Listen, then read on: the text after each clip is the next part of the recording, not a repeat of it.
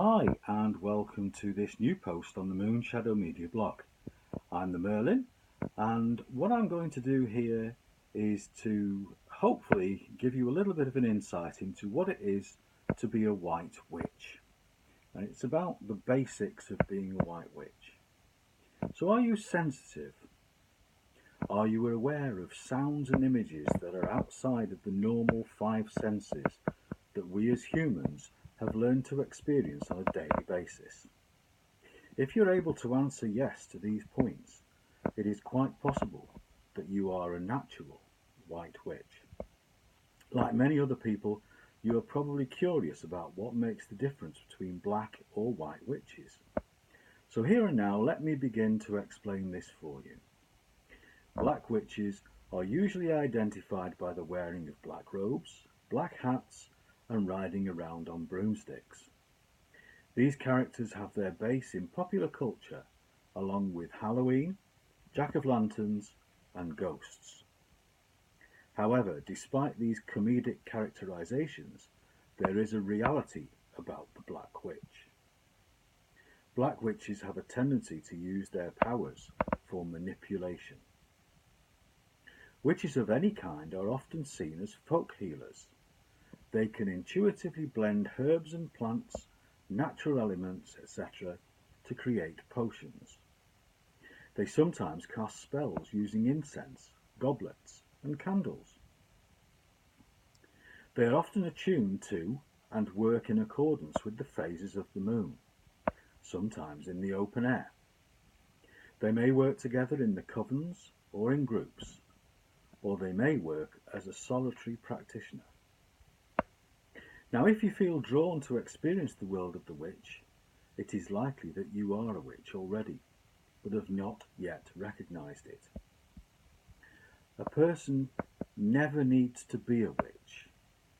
They simply need to know how to draw out the natural magic within themselves, and this takes practice, dedication, and focus on your powers by using natural things such as tools and potions.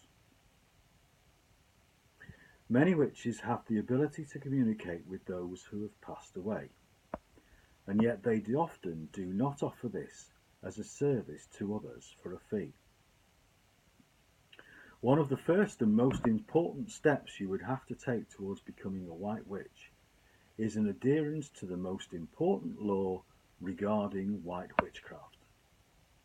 And this law states, "If it harm none, do what you will, and this shall be the whole of the law." Some witches who are white practitioners follow strict ceremonial and ritual magic.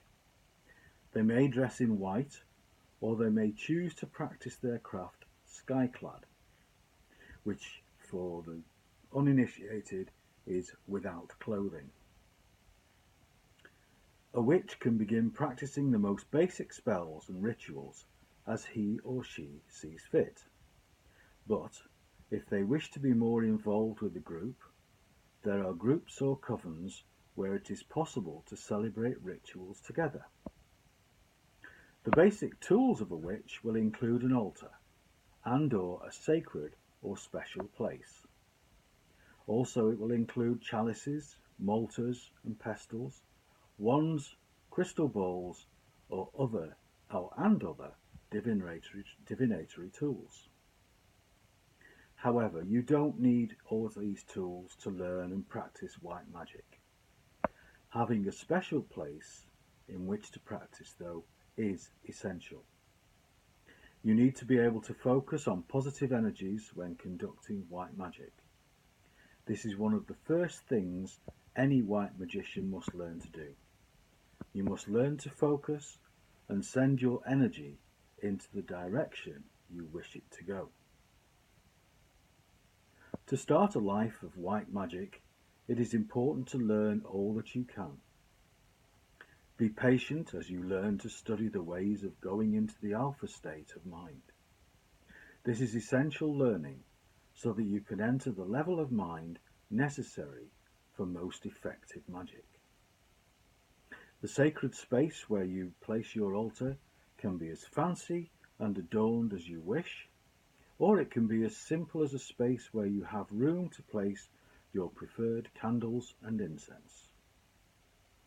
The essential step towards becoming a practitioner of white magic is to answer the inner prompting to do so, and then learn all you can and practice with as much love and light as possible. So that's basically an introduction into white magic, and as I say, the basics of it. One of the things that I want to do a bit later on in this series is to actually develop this still further.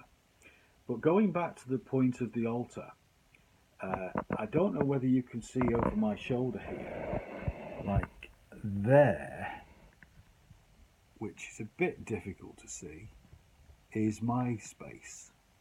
And you'll see that there's a couple of goblets on there, a couple of dragons, there's some candles, there's an athame, and there's a couple of pentagrams. And so that's where I do my ritual work.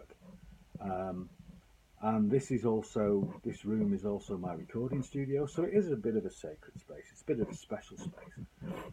But with it being a family house, it also gets used for other bits and pieces, like drying washing, for instance. So there's nothing special about me. I am just basically a practitioner of the art and the craft. And I've done research into finding what I feel are good tips for somebody who's about to start on this pathway. And as we develop, as I say, what I will do is develop this still further. There are other things I want to bring in, like a few ritual works, spell workings, Book of Shadows, etc. So it's a real back to basics, or start from the basic level, bit of information service.